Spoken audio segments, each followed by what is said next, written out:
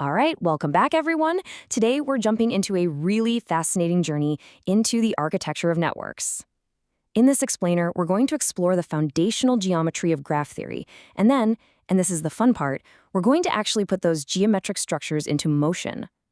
So we'll start with the static building blocks, the blueprints of how points connect, and transition all the way into the dynamic traversal of these graphs. It's this incredibly elegant mathematical progression from pure, rigid structure to highly efficient movement.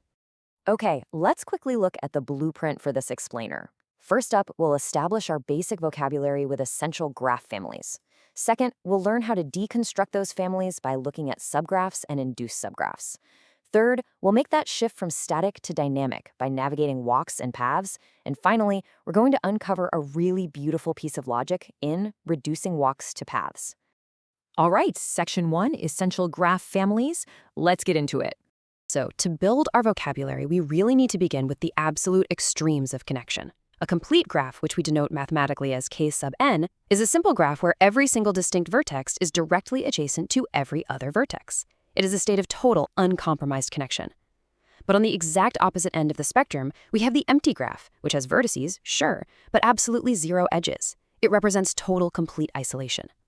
Understanding these two extremes, everything connected versus nothing connected, really helps us frame everything else that sits in between. Take a look at this beautifully dense shape. This brilliantly illustrates K5, the complete graph for 5 vertices, and notice how there is literally no missing link here. If you pick any 2 numbered circles, any 2 vertices on this pentagon-like structure, there is a direct, straight line drawn between them. It's dense, it's symmetrical, and it represents the absolute maximum possible number of edges for these 5 points. But as you probably know, most real-world networks aren't fully connected like a complete graph. They take on much simpler, less dense shapes. Enter the path graph, or PN, and the cycle graph, CN. A path graph is essentially just a straight, stretched-out line of vertices connecting one after the other. It's a chain. A cycle graph, well, that's just a path that loops all the way back on itself to form a closed ring.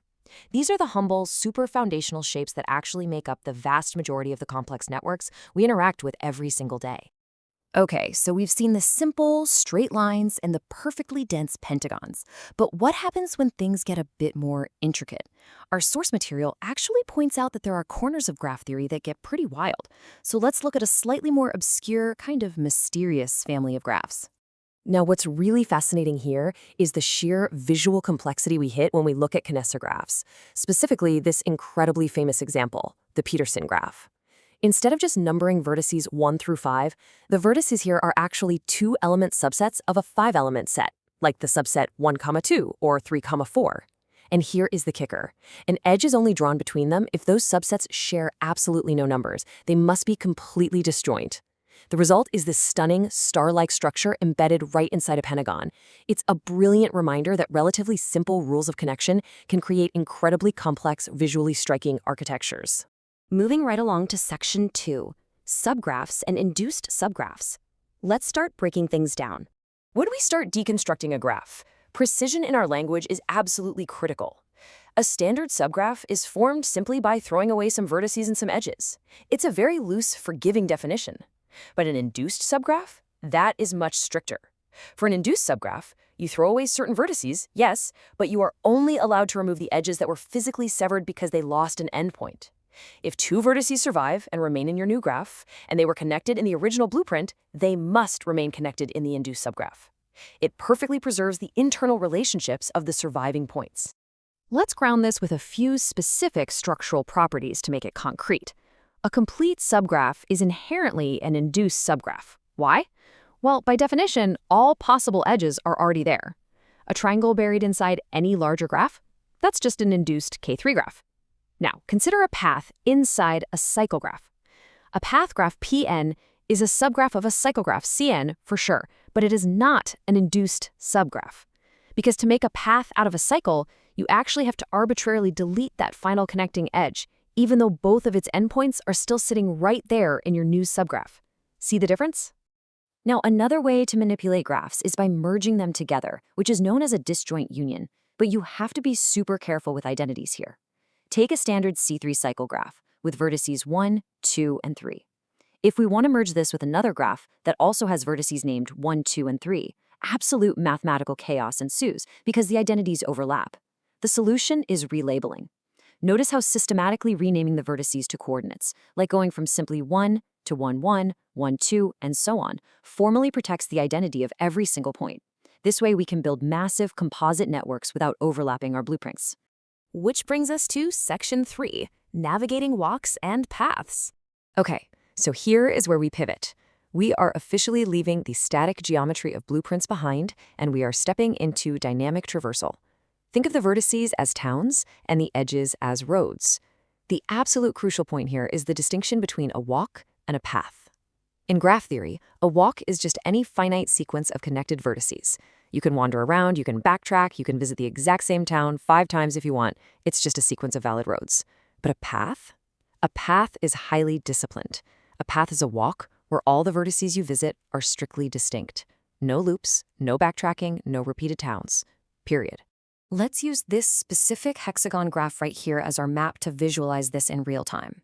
It's a ring of numbered towns, 1 through 6, with one extra chord cutting right across the middle, directly connecting town 1 to town 3. If we trace a journey on this map, we can easily see the difference. A walk might go like this. Start at 1, go to 3, then 4, 5, 6, loop back to 1, over to 3 again, and finally end at 2. That messy journey has a length of 7 edges, and it's full of inefficient digressions. Now compare that to a strict path from 1 to 2. You just go 1 across that middle chord to 3 and right up to 2, a length of exactly 2, all distinct vertices. Mathematically, even a single edge from 5 to 4 is considered a path of length 1. And remarkably, just standing totally still at vertex 5 actually counts as a path of length 0. And finally, Section 4, Reducing Walks to Paths. Let's see how all this builds into a really elegant algorithm. Proposition 1.4.5 provides a formal proof for walk reduction. Basically, if you have a walk that isn't a path, it must, by definition, have repeated vertices. So, step 1, identify those repeats. Step 2, simply take your mathematical scissors and cut out the entire sequence between those duplicates. Step 3, stitch the ends back together. The result is a shorter walk. If it still has loops, you just run the algorithm again until you are left with a pure, unrepeated path. Visually applying these steps to our previous example makes it incredibly clear. Our messy walk was 1, 3, 4, 5, 6, 1, 3, 2. We scan that sequence and immediately spot a massive repetition. We hit vertex 3, go on a huge tangent through 4, 5, 6, and 1, and eventually end up right back at vertex 3 again. The algorithm says to just cut out everything between the first 3 and the second 3. When we remove that massive digression in the brackets, what remains? The highly efficient direct path of 1, 3, 2. It really is that clean. All of this logic culminates in Corollary 1.4.7, which is an inescapable mathematical truth of network traversal. It simply states, when there is a walk, there is a path. Because the length of a finite walk obviously cannot decrease forever, applying our reduction algorithm guarantees that buried inside any wandering, looping journey between 2 points, there inherently exists a direct, unrepeated path. So think about this. If every single wandering walk inherently contains a direct path, consider how this abstract graph theory actually affects your daily life. Because this isn't just math on a chalkboard. This specific algorithm of cutting loops and finding paths is the exact hidden architecture optimizing the routing algorithms of the GPS on your phone, and it is actively governing the hyper-efficient path of the internet data packets you are using to stream this very explainer right now. Thank you so much for learning with me today, and keep exploring the connections around you.